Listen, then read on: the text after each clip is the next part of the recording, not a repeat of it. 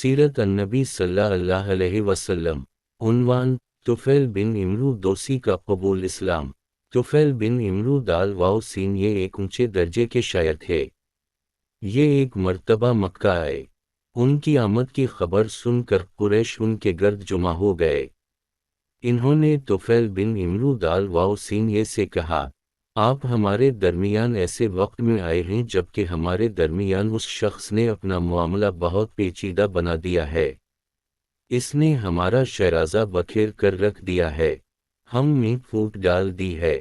इसकी बातों में जादू जैसा असर है, उसने दो सगे भाइयों में फूट डाल दी है।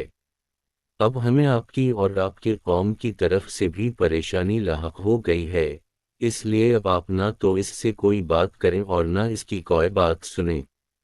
इन्होंने इन पर इतना दबाव डाला कि वो ये कहने पर मजबूर हो गए, ना मैं मोहम्मद की कोई बात सुनूंगा और ना उनसे कोई बात करूंगा। दूसरे दिन तुफैल बिन इमरू दोसी काबा का तवाफ करने के लिए गए तो इन्होंने अपने कानों में कपड़ा ठोनस लगा, कहीं उनकी कोई बात उनके कानों में ना पहुंच जाए। आप सल्लल्लाहु अलैहि वसल्लम उस वक्त काबा में नमाज पढ़ रहे थे। ये आप सल्लल्लाहु अलैहि वसल्लम के करीब ही खड़े हो गए। अल्लाह को ये मंजूर था कि आप सल्लल्लाहु अलैहि वसल्लम का कुछ कलाम उनके कानों में पड़ जाए। चुनांचे इन्होंने एक निहायत पाकीज़ा और खूबसूरत कलाम सुना।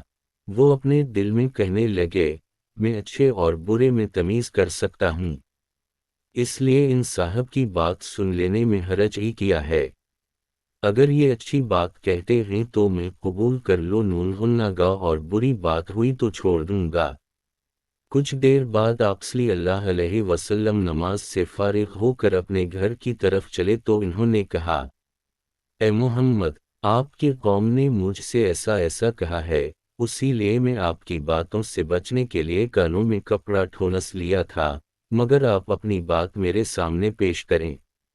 ये सुनकर आप सल्लल्लाहु अलैहि वसल्लम ने उन पर इस्लाम पेश किया और उनके सामने कुरान करीम की तिलावत फरमाए। कुरान सुनकर तुफैल बिन इमरू दोसी बोल उठे, अल्लाह की कसम, मैंने इससे अच्छा कलाम कभी नहीं सुना।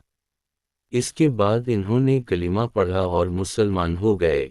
फिर इन्होंने ने अर्ज़ किया, ऐ अल्लाह के नबी सल्लल्लाहु अलैहि वसल्लम, मैं अपनी कौम में ऊंची हैसियत का मालिक हूँ, वो सब मेरी बात सुनते हैं, मानते हैं। मैं वापस जाकर अपनी कौम को इस्लाम की दावत दूंगा, इसलिए आप सल्लल्लाहु अलैहि वसल्लम मेरे लिए दुआ फरमाएं। इस पर आप सल्लल्लाहु अलैहि वसल्लम ने उनके लिए दुआ फरमाई। फिर वो वापस रवाना हो गए। अपनी बस्ती के करीब पहुंचे तो वहां इन्हें पानी के पास काफे खड़े नजर आए। ऐन उस वक्त उनकी दोनों आंखों के दरमियान चराग की मानिंद एक नूर पैदा हो गया और ऐसा आप सल्लल्लाहु अलैहि वसल्लम की दुआ की वजह से हुआ था। रात भी अंधेरी थी। उस वक्त इन्होंने दुआ की, ऐ अल्लाह, इस नूर को मेरे चेहरे के अलावा किसी और चीज में पैदा फरमा दे। मुझे डर है मेरी कौम के लोग ये ना कहने लगें कि दीन बदलने की वजह से इसकी शक्ल बिगड़ गई। चुनांचे उसी वक्त वो नूर उनके चेहरे से उनके कोड़े में आ गया। अब उनका कोड़ा किसी कंदील की तरह रोशन हो गया।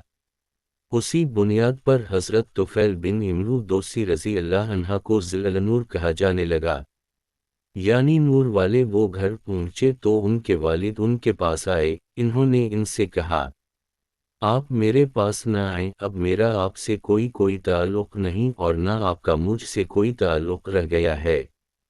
ये सुनकर उनके वालिद ने पूछा, क्यों बेटे, ये क्या बात हुई? इन्होंने जवाब दिया, मैं मुसलमान हो गया हूँ, मैंने मोहम्मद सल्लल्लाहु अलैहि वसल्लम का दीन कबूल कर लिया है। ये सुनते ही उनके वालिद बोल उठे, बेटे, जो तुम्हारा दीन है वही मेरा दीन है। तब तुफैल बिन इमरू दोसी रज़ी अल्लाह अन्हा ने इन्हें गुस्ल करने और पाक कपड़े पहनने के लिए कहा। जब वो ऐसा कर चुके तो उन पर इस्लाम पेश किया। वो उसी वक्त कलिमा पढ़कर मुसलमान हो गए। फिर इनकी बीवी उनके पास आई, इन्होंने भी इस्लाम कबूल कर ली। अब इन्होंने अपनी कौम के लोगों पर इस्लाम पेश किया। वो लोग बिगड़ गए।